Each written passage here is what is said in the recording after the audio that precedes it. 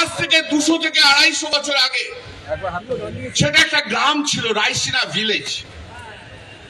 বিরাট বড় রায়সিনা ভিলেজ ছিল। সেই গ্রামে অনেক মুসলিম সম্প্রদায়ের মানুষ থাকত। তাদের নামাজ পড়ার জন্য পার্লামেন্টের সামনে যে মসজিদটা আপনারা দেখতে পান, সেই মসজিদটা ওয়াকফ করা হয়েছে। তার জন্য কিন্তু কোনো দলিল নেই, মুখে বলে সেখানে ওয়াকফ করা হয়েছে। ওয়াকফ প্রপার্টি। আর সেই মসজিদ 200-250 বছরের জন্য রয়েছে। সেই মসজিদে কে আসেনি নামাজ পড়তে? স্বাধীনতার আগে ভুট্টা থেকে আরম্ভ করে, ফকিরউদ্দিন আলী আহমেদ থেকে আরম্ভ করে, আবুল কালাম থেকে আরম্ভ করে, ভারতবর্ষের বিশিষ্ট মুসলিম থেকে আরম্ভ করে, বিদেশ থেকে যারা এসছে তাদের থেকে আরম্ভ করে আর সেই মসজিদে নামাজ পড়তো। আজ যদি আপনি সেখানে কাগজ না দেখাতে পারেন, তাহলে কি আর ওয়াকফ প্রপার্টি থাকবে না? কেড়ে নেবেন। আমি আমার ছোটবেলায়, আমার মনে আছে, আমার ছোটবেলা থেকে যখন একটু বড় হয়েছি, আমি তো বিভিন্ন জায়গায় ট্রান্সফারেবল ছিল আমার বাবার চাকরি। সে হরিপাল বলুন, পান্ডুয়া বলুন, আমি গেছি, পড়াশুনো করেছি। তো দরগা দেখা যায়, দরগা ছোট ছোট ছোট ছোট ছোট ছোট ছোট ছোট দরগা। আজ থেকে 30 বছর আগেও অনেক মসজিদ ছিল না, কিন্তু দরগা ছিল। সেই দরগাতে সন্ধ্যেবেলায় যখন ঠাকুর ঘরে প্রদীপ জ্বালাতো, আর আমার ঠাকুমা বলতো, যা একটা মোমবাতি দরগায় যে পীর বাবার জন্য দিয়ায়, ওনার কাছেও প্রার্থনা চাইতে হয়, সেই দরগার সম্পত্তি। এই তো সিকিউরিটি। ছোট থেকে যে বড় হয়েছে এইভাবে, আজকে সেই চিন্তা ভাবনা থেকে সরে যাব কি করে? মা জ্বালাচ্ছে প্রদীপ ঠাকুর ঘরে, আর ঠাকুমার নির্দেশে 5-6 বছরের বয়সের ছেলে আমি দরগাতে যে প্রদীপ জ্বালিয়ে আসতাম, মোমবাতি জ্বালিয়ে আসতাম।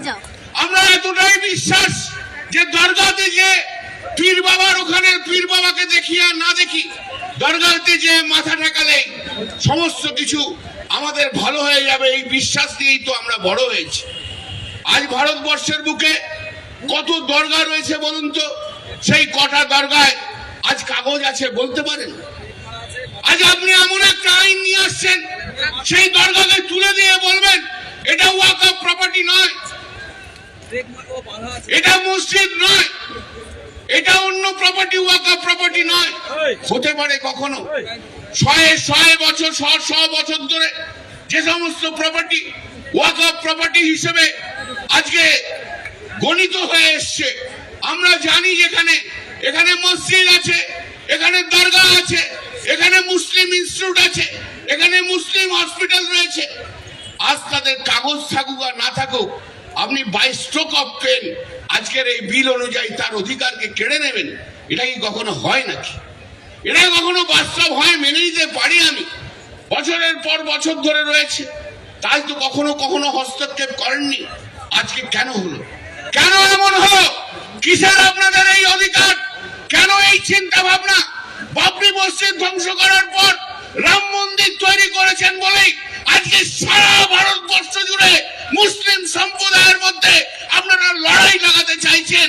মুসলিম সম্প্রদায়ের সমস্ত সম্পত্তি অধিকারকে আপনারা নিয়ে নিতে চাইছেন। আপনারা ঘুর পথে বলতে চাইছেন যেটা মসজিদ নয়, এখানে মন্দির ছিল, এটা দরগা নয়, এখানে মন্দির ছিল। এই লড়াই আমরা লড়তে দেব না, আমরা এই লড়াই লড়তে দেব না। ভারতবর্ষের বুকে, ভারতবর্ষের বুকে হিন্দু মুসলিমের লড়াই নরেন্দ্র মোদী আপনি যতই চেষ্টা করুন লাগানোর, লাগাতে আমরা দেব না, আগাতে আমরা দেব না। দরকার হলে আরো রক্ত বইবে আমাদের শরীর থেকে, কিন্তু হিন্দু মুসলমানের ঐক্য এই ভারতবর্ষের বুকে থাকবে, সেই ঐক্যকে নষ্ট করতে দেব না। মুতুয়ালি, আগে মুতুয়ালি লিখিত ভাবেও দেওয়া হতো, ওরেলেও মুতুয়ালি রয়েছে। এমন জায়গায় তো ডিক্লারেশনে বলেছে এ হচ্ছে মুতুয়ালি। মুতুয়ালি কি? মুতুয়ালি হচ্ছে manager, manager of the property. মুতুয়ালি যদি কোনো ভুল কাজ করে থাকে, দেখবে কে? ওয়াকফ বোর্ড। আজ যারা বলছে যারা মুক্তোয়ালি ওরালি অ্যাপয়েন্টেড হয়েছে, আজ তারা চলে যাবে। হয় কখনো কোন আইনের রেট্রোস্পেক্টিভ এফেক্ট হয়? 15 বছর 20 বছর আগে যে সমস্ত মুতোয়ালিরা অ্যাপয়েন্টেড হয়েছে আজ তারা থাকবে না, এটা কখনো হতে পারে না। এটা মেনে নিয়ে যাওয়া যায়? আপনারা বলুন, এ তো মেনে নেওয়া যায় না। সার্ভে কমিশনার এতদিন ধরে কে সার্ভে করত? সার্ভে যদি না হয়ে থাকে কার দোষ হয়েছে?